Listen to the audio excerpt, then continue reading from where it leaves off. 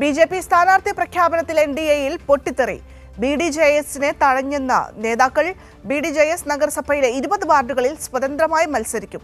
BJP. മുന്നണി മര്യാദ പാലിച്ചില്ലെന്ന് ബി.ഡി.ജെ.എസ് ജില്ലാ പ്രസിഡന്റ് പ്രേംരാജ് കൈരളി ന്യൂസിനോട് പറഞ്ഞു. നഗരസഭയിലെ ബി.ജെ.പിയുടെ സ്ഥാനാർത്ഥി പ്രഖ്യാപനത്തോടെ എൻ.ഡി.എയിൽ വലിയ പൊട്ടിത്തെറിയാണ് ഉണ്ടായിരിക്കുന്നത്. ബി.ഡി.ജെ.എസിനെ തഴഞ്ഞെന്ന ആരോപണവുമായി നേതാക്കൾ രംഗത്തെത്തി.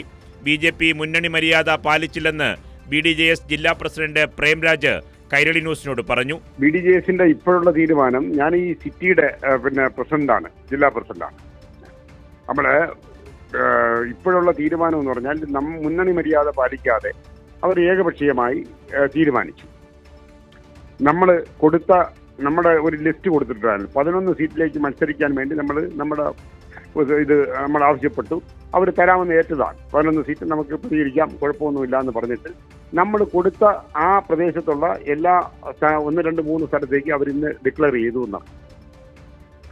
നമ്മുടെ അടുത്ത് ചോദിക്കുകയോ ഒന്നും ചെയ്യില്ല. ബി.ഡി.ജെ.എസ് സ്വതന്ത്രമായി മത്സരിക്കാൻ തീരുമാനിച്ചു. ഇപ്പൊ നമ്മൾ തീരുമാനിച്ചത് 20 സീറ്റിലേക്ക് മത്സരിക്കാൻ തീരുമാനിച്ചു. അത് 11 സീറ്റാണ് നമ്മൾ നേരത്തെ ആവശ്യപ്പെട്ടിരുന്നത്. പക്ഷേ നമ്മളെ ഒരു ചെറിയ ഒരു പരിഗണന തന്നിരുന്നുവെങ്കിൽ നമ്മൾ അതുമായിട്ട് യോജിച്ച് പോകാൻ തയ്യാറായിരുന്നു. കാരണം മുന്നണി മര്യാദ ഇല്ലാത്ത രീതിയിൽ ഏകപക്ഷീയമായി അവരിങ്ങനെ തീരുമാനം എടുക്കുമ്പോൾ ഈ മുന്നണിയായിട്ട് ചേർന്ന് നിന്ന് നമുക്ക് ഒന്നും ചെയ്യാൻ കഴിയുന്നില്ല. സ്വന്തമായി മുന്നോട്ട് പോകാൻ തീരുമാനം. ചർച്ചകൾക്ക് അവർ തയ്യാറേ ആയിട്ടില്ല. അവർ ഏകപക്ഷീയമായി അവർ ജയിക്കുമെന്നുള്ള പൂർണ്ണമായ ധാരണയിലാണ് അവർ പോകുന്നത്.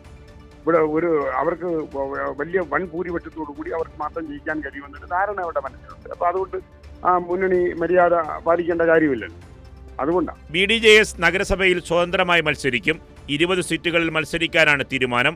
മുട്ടട, കേശവദാസപുരം, നന്ദൻകോട്, ഇടവക്കോട്, മണ്ണന്തല, വട്ടിയൂർക്കാവ്, കാഞ്ഞിരമ്പാറ, കൊടുങ്ങാനൂർ, കഴക്കൂട്ടം തുടങ്ങിയ വാർഡുകളിൽ മത്സരിക്കാനാണ് ബി.ഡി.ജെ.എസ് തീരുമാനം. ബി.ജെ.പിയുടെ അവഗണനയ്ക്ക് തെരഞ്ഞെടുപ്പിലൂടെ പാർട്ടി മറുപടി നൽകുമെന്നും ബി.ഡി.ജെ.എസ് നേതാക്കൾ പറഞ്ഞു. കൈരളി ന്യൂസ്, തിരുവനന്തപുരം.